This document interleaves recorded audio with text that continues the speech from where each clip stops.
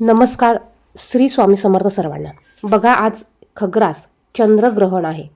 आता हे चंद्रग्रहण संपल्यानंतर देवपूजा कधी करायची, कशी करायची, त्याचप्रमाणे आपण स्वयंपाक केलेला असतो, तो स्वयंपाक काय करायचा, नैवेद्य आणि अंघोळ करताना आपल्याला अंघोळीच्या पाण्यात ही एक वस्तू टाकून अंघोळ करायची आहे. त्याचप्रमाणे आपल्या घरात काही ग्रंथ असतील, काही देवांचे पुस्तक असेल, ते कसे ठेवायचे किंवा त्याला स्पर्श करायचा का, त्याचप्रमाणे जपमाळ असेल, गळ्यात घातलेली माळ असेल, याचं काय करायचं, तर अशी सर्व माहिती पाहणार आहोत. चंद्रग्रहण 2 तारखेला होळी झाल्यानंतर 3 मार्च रोजी चंद्रग्रहण आहे आणि चंद्रग्रहणाचे वेध हे दुपारी 3:20 चालू झाले आहेत. आता हे वेध संध्याकाळी 6:47 संपणार आहे.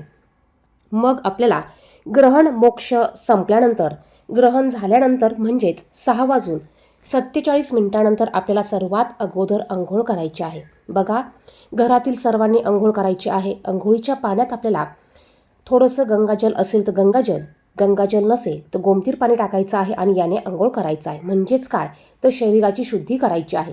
त्यानंतर स्वच्छ धुतलेले कपडे आपल्याला घालायचे आहे. तेच कपडे पुन्हा घालायचे नाही, तर आपल्याला ते कपडे भिजवायचे आहेत. ग्रहणाचे कपडे भिजवायचे आहेत आणि दुसरे कपडे आपल्याला घालायचे आहेत. यानंतर सर्वात अगोदर आपल्याला आपल्या घरातील देवांची पूजा करायची आहे. बघा, ग्रहण देवांना देखील ग्रहण लागलेलं असतं, त्यामुळे देव आपल्याला पाण्यातनं काढायचे असतात. आता पूर्वीची लोक म्हणायचे ग्रहण संपलं की देव पाण्यातनं काढायचे, तर आपल्याला छान अशी देवपूजा करून घ्यायची आहे.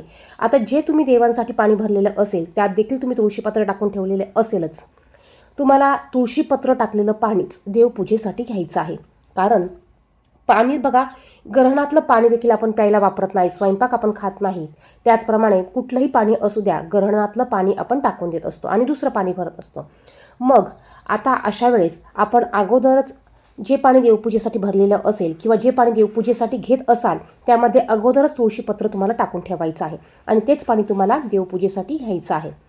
आता तुम्ही जर का फ्लॅटमध्ये, बंगल्यात राहत असाल तर अशा ठिकाणी टाकीत पाणी असतं, टाकीचं पाणी वापरतात. मग अशा वेळेस तुम्ही टाकीवर तुळशीपत्र ठेवायचं आहे. त्यानंतर बघा, आपल्याला देवपूजा करायची आहे. देवपूजा करण्यासाठी तुम्ही देवपूजा छान नुसत्या पाण्याने करू शकतात किंवा तुम्ही पंचामृताने देवपूजा केली तरी चालेल. अगोदर तुम्हाला थोडंसं पाणी, नंतर पंचामृत, पुन्हा पाणी, या पद्धतीने तुम्हाला देवपूजा ही करून घ्यायची आहे. देवपूजा केल्यानंतर देवांना आपल्याला साखरेचा, दुधाचा जो पण काही असेल तो नैवेद्य आपल्याला देवांना हा दाखवायचा आहे. त्यानंतर आपल्याला आपल्या घरातील स्वयंपाक हा बनवायचा आहे.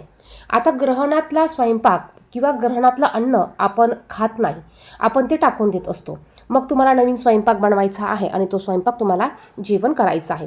आता ज्यांच्याकडे टाकीतलं पाणी भरून ठेवण्याची सोय असेल किंवा इतर पाण्याची सोय असेल, अशांनी घरातील पाणी ओतून द्या, दुसरं पाणी तुम्ही भरा आणि मग तुम्ही स्वयंपाक करायचा आहे. किंवा मग ज्यांच्याकडे पाण्याची सोय नसेल किंवा काहींकडे सकाळी पाणी येतं, मग अशा वेळेस तुम्ही घरातील सर्व पाण्यामध्ये तुळशीपत्र हे टाकून ठेवलेलं असेलच. आपल्याला प्यायचं पाणी, स्वयंपाकाचं पाणी, सर्व पाण्यात तुळशीपत्र हे टाकून ठेवायचं आहे आणि हे पाणी तुम्ही नंतर पिण्यासाठी, स्वयंपाकासाठी वापरू शकतात. परंतु आपल्याला ग्रहण संपल्यानंतर अंघोळ करायची आहे, कारण ते आपल्यासाठी चांगलं असतं. यासाठी सर्वांनी ग्रहण संपल्यावर अंघोळ करून पहिले देवपूजा करायची आणि त्यानंतर तुम्हाला तुमच्या घरातील स्वयंपाक करायचा आहे. आता बघा, ग्रहण काळामध्ये एखादा मंत्र सिद्ध केला जातो. एखाद्या मंत्राचा जर का तुम्ही जप केला तर त्याचं 10 पटीने अधिक फळ मिळत असतं. ह्या काळात तुम्ही एखादं पारायण, एखाद्या ग्रंथाचं वाचन, एखाद्या स्तोत्राचं पठण, एखाद्या मंत्राचं पठण तुम्ही करू शकतात. तुम्ही ओम सोमाय नम ह्या चंद्राच्या मंत्राचं देखील तुम्ही नामस्मरण करू शकतात. तुमच्या गुरुमंत्राचं तुम्ही नामस्मरण करू शकतात. कारण या काळात केलेली सेवा, पूजा, उपासना ही अधिक पटीने फलदायी असते. त्यामुळे तुम्ही या काळात कुठलीही सेवा तुम्ही तुमच्या हिशोबाने किंवा तुम्हाला माहिती असलेली किंवा तुम्ही करत असलेली करू शकतात. त्यानंतर बघा, आता या काळात ग्रहण लागलेलं असल्यामुळे आपण ग्रंथांना, स्वामीचरित्र सारामृत ग्रंथाला किंवा इतर ग्रंथांना हात लावू शकतो का? तर बघा, तुम्ही हात लावू शकतात आणि तुम्ही सेवाही करू शकतात. तुम्हाला वाटत असेल तर तुम्ही या ग्रंथांवर देखील एक तुळशीपत्र हे तुम्ही ठेवू शकतात. त्याचप्रमाणे जर का जपमाळ असेल तर जपमाळ देखील तुम्हाला अंघोळ केल्यानंतर शुद्ध करून घ्यायची आहे. जपमाळ असेल किंवा इतर माळ असेल त्यावर तुम्हाला थोडंसं गोमतीर पाणी शिंपडून ती शुद्ध करून घ्यायची आहे. त्याचप्रमाणे तुम्ही जर गळ्यात जपमाळ घातलेली असेल तर ती देखील तुम्हाला थोडीशी पाणी टाकून शुद्ध करून घ्यायची आहे. थोडक्यात काय तर तुम्ही घरात सर्वत्र थोडंसं गोमतीर शिंपडलं तरी चालणार आहे. सर्वत्र गोमतीर शिंपडून तुम्हाला घर शुद्ध करून घ्यायचं आहे.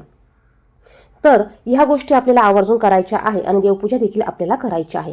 आता बऱ्याच जणांनी तुळशीपत्र पाण्यात टाकलेलं नसेल किंवा देवपूजेच्या पाण्यात टाकलेलं नसेल, मग अशांनी काय करायचं बघा.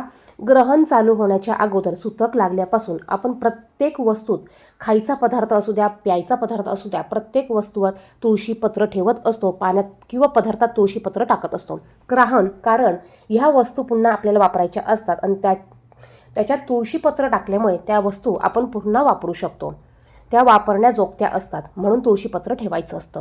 आणि हे आत्ताच नाही तर खूप पूर्वीपासून चालत आलेली पद्धत आणि परंपरा आहे. तेव्हा आपण चंद्रग्रहण संपल्यानंतर अगोदर आंघोळ करून त्यानंतर आपल्याला देवपूजाही करायची आहे. स्वयंपाक शिल्लक असेल, अन्न शिल्लक असेल तर ते शक्यतो खाऊ नका, ते टाकून द्या. नवीन अन्न शिजवून ते तुम्हाला खायचं आहे. धन्यवाद.